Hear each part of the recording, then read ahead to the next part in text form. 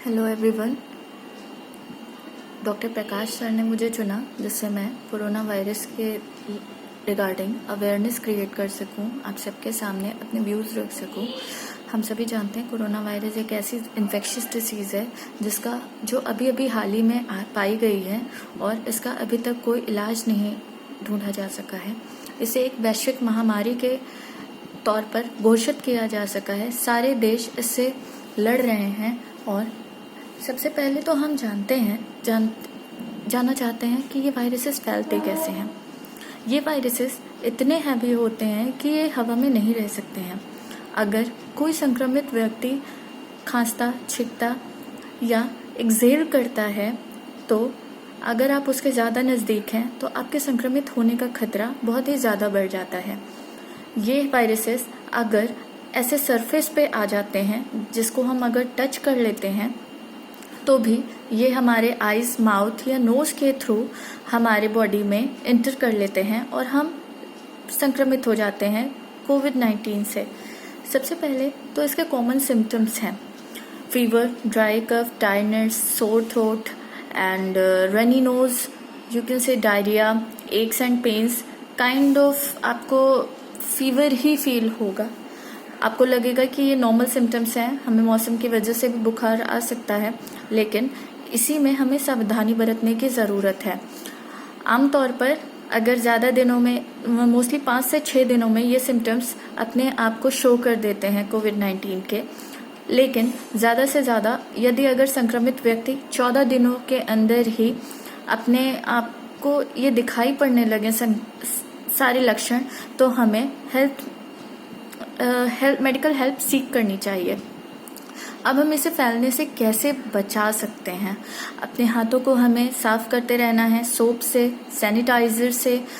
20 second के लिए minimum से मिनिमम हमें अपने हाथों को वॉश करना है, जिससे कि किसी भी चीज़ को टच करने से पहले, बाहर से घर आने के बाद हमें अपने हाथों को अच्छी तरह से वॉश करना है। और पॉसिबल हो, अगर पॉसिबिलिटी है तो सबसे पहले तो हमें अपने कपड़े चेंज कर देने चाहिए और खुद को हाथ मुंह वॉश करके तब किसी भी चीज़ को टच करना चाहिए। अगर आपको कोई हेल्थ इश्यूज दिखाई पड़ रहे हैं, कोई ऐसे लक्षण दिखाई पड़ रहे हैं जो सामान्य से बिल्कुल थोड़ा सा भी अलग हैं, तो ऐसे में अपने आप को नकारे नहीं और एडवांस में ही मेडिकल हेल्प सीख कर लें। सबसे बड़ी चीज़ है हमारी सतर्कता। अगर हम सतर्क रहेंगे तो हम सुरक्षित रहेंगे। अगर कोई भी ऐसे व्यक्ति से हमारा सामना होता है, हम उसके साथ एक कांटेक्ट में आते हैं, तो हमें ये चाहिए कि हम ऐसे लक्षण वाले व्यक्तियों को अपने आप से थोड़ा सा डिस्टेंस मेंटेन करके रखें। अगर उन्हें नहीं है ऐसे कोई लक्षण तो भी हमें खुद को अपनी सेल्फ प्रोटेक्शन के लिए दूर रखना है। उन्हें जो भी लोकल हेल्थ अथॉरिटी ने डायरेक्शंस दे रखे हैं हमें उन्हें फॉलो करना है। अननेसेसरी विजिट से, बाहर जाने से बचना है। जब तक हम घर में रहेंगे तभी हम सुरक्षित रहेंगे। अब छोटी सी चीजें हैं कि अगर हम अपनी सेल्फ केयर करना चाहते हैं तो कैसे इससे बचा जा सकता है। अगर आपको थोड़ी सी भी वीकनेस फील हो रही है, फीवर फील हो रहा है या आप थोड़ा सा भी थकान सी महसूस कर रहे हैं, you can take plenty of fluids, healthy diet ले लीजिए।